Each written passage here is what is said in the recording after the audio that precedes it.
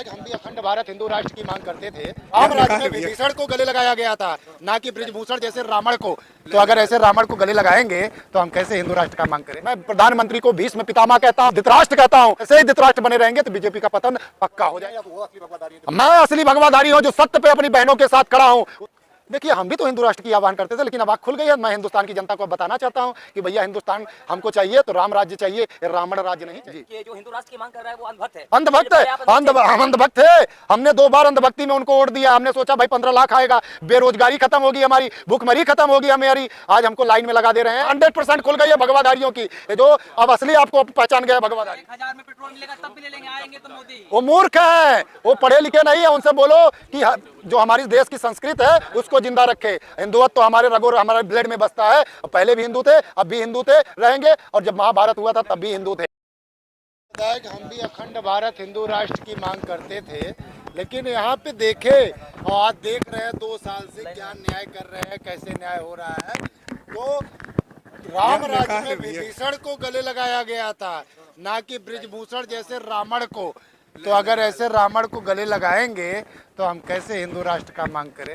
ये हमारा भारत जो है हिंदू मुस्लिम सिख ईसाई एक माला की तरह समान है, और यहाँ सबको एक सम्मान से देखा जाता है। ये हमारा संविधान अधिकार देता है।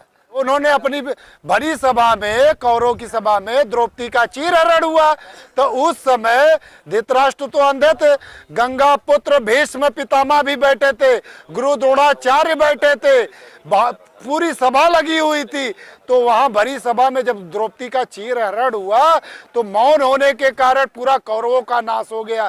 तो आज उसी तरह मैं प्रधानमंत्री को भीष्म पितामह कहता हूं, धृतराष्ट्र कहता हूं कि अगर ऐसे ही धृतराष्ट्र बने रहेंगे तो बीजेपी का पतन पक्का हो जाएगा। क्योंकि 2 बार हमने भी, हिंदुस्तान की जनता ने उनको प्रधानमंत्री बनाया, दिल्ली के लाल किले पे बैठाने का काम किया।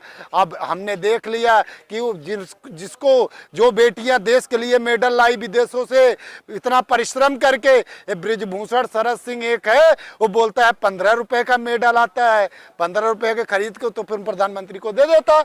परिश्रम करना पड़ता है, दिन रात मेहनत करनी पड़ती है।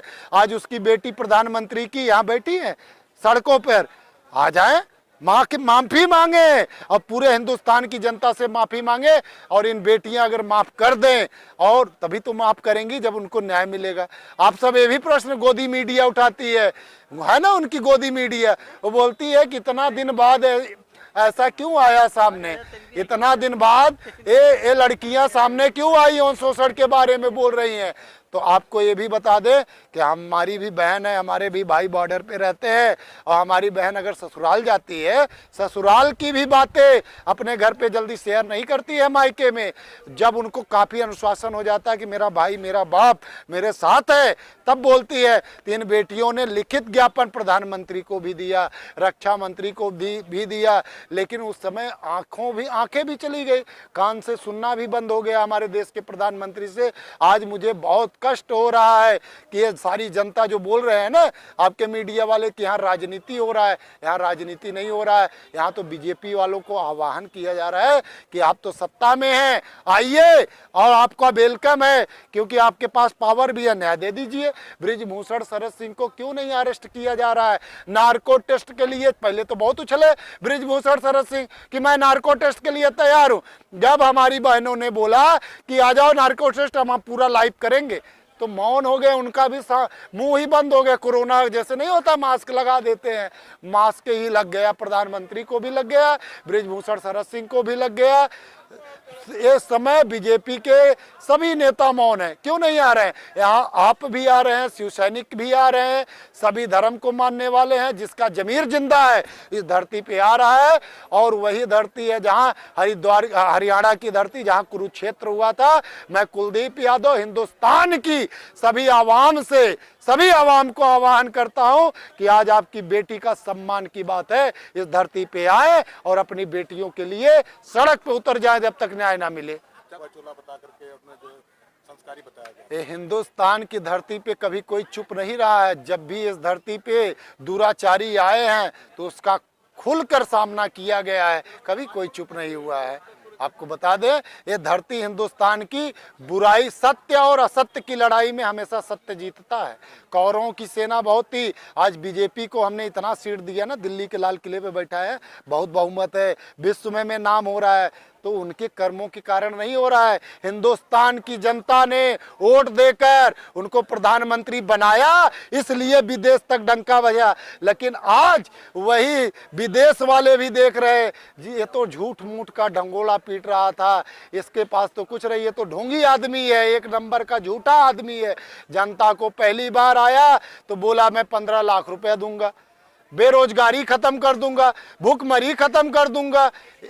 तो ये तो भैया उद्योगपतियों की सरकार है। मैं तो हर राज्य में घूमा हूं, मुझसे कोई भी गोदी मीडिया आए, मैं चैलेंज करता हूं, बड़ी सभा में जब भी मुझसे प्रश्न करना हो मुझे बुला ले, अब मैं पूरे हिंदुस्तान की जनता के सामने मुझसे प्रश्न करे, उत्तर दूंगा। भगवाधारी हैं या वो असली भगवाधारी हैं? मैं असली भगवाधारी हूं, जो सत्य पे अपनी बहनों के साथ खड़ा हूं। उस समय भरी सभा में कृष्ण अकेल खड़े थे, आज यहाँ कुलदीप यादव खड़े हैं और बहुत सारे यादवों की फौज आने वाली है, बहुत सारी हमारी यादव बहन भी आने वाली है। संसद वाले दिन हम 28 तारीख को दिखाएंगे ये जलवा क्या होता है। नारी शक्ति का जब भी इस धरती पे अपमान हुआ है, इस धरती ने करवट बदल दिया है। चाहे आप द्वापर में देख लीजिए, चाहे त्रेता में देख लीजिए, एक कलयुग की सतियां हैं, उसमें तो एक एक सतियां थी, यहाँ 7 सतियां बैठी है। उसी हरिद्वार हरियाणा की धरती से अब एक रण क्षेत्र कुरुक्षेत्र बन गया है। आप धर्म की बातें कर रहे हैं जी, ये बातें उन्हें नहीं पता क्या, जो जो सरकार चला रही है? उनको तो मैं बताया, धृतराष्ट्र हो गए हैं, कुंभकर्ण हो गए हैं, मुंह से बोलना बंद हो गया है। क्यों बंद हो गया? क्योंकि बृजभूषण शरद सिंह, हमने तो प्रधानमंत्री मोदी जी को दिल्ली के लाल किले पे बैठाया था, गद्दी दिया था, लेकिन हमें तो अब ये जनता भी जान गई है, शायद ये प्रधानमंत्री से भी ऊपर हैं। उन एक बृजभूषण शरद सिंह का वोट पाकर वो फिर प्रधानमंत्री बन जाएंगे। ये सबक कर्नाटका ने दे दिया है और हर राज्य में अब इसको जवाब मिलेगा। अखिलेश यादव क्यों चुप हैं? और बृजभूषण हमेशा कहते हैं कि अगर हमारी छवि के बारे में जानना है तो अखिलेश से पूछो। अखिलेश यादव चुप इसलिए हैं, तो हम आपको ये भी बता देना चाहते हैं कि कौरव और पांडव दोनों भाई थे, ठीक है। और मैं अखिलेश यादव का भी आह्वान करना चाहता हूं, पंडित धीरेन्द्र शर्मा शास्त्री जी को भी आह्वान करना चाहता हूं, ये दोनों लोग यहाँ पर आए, अब बहनों का समर्थन करें और इनके न्याय के लिए खड़े हो जाएं। धीरेन्द्र शास्त्री वो तो गाड़ी चला रहे हैं उनकी, हाँ जी, भाजपा के सांसद उनकी गाड़ी चला रहे हैं, अपने हिंदू राष्ट्र की आह्वान कर रहे हैं।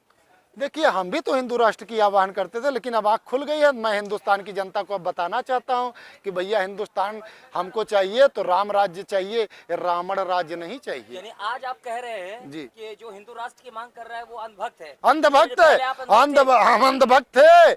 हमने 2 बार अंधभक्ति में उनको वोट दिया। हमने सोचा भाई 15 लाख आएगा, बेरोजगारी खत्म होगी, हमारी भूखमरी खत्म होगी हमारी। आज हमको लाइन में लगा दे रहे हैं। और ये बता दे कि ये आज यहाँ पे सेना हमारी खड़ी है, यहाँ पे उनका अब सेना खड़ी है, अब सेना खड़ी हो गई है, बोल रही है कि पेंशन चाहिए, प्राइवेट कर दे रहे हैं, मेट्रो प्राइवेट कर दे रहे हैं, और अग्निवीर कर दे रहे हैं, तरह तरह के इनके प्रोजेक्ट आ रहे हैं। ये हर चीज प्राइवेट केवल उद्योगपतियों के लिए कर दे रहे हैं।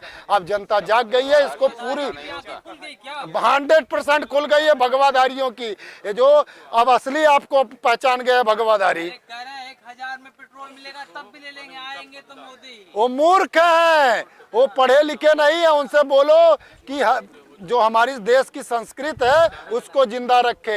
हिंदुत्व तो हमारे रगों हमारे ब्लड में बसता है। पहले भी हिंदू थे, अब भी हिंदू थे, रहेंगे, और जब महाभारत हुआ था तब भी हिंदू थे।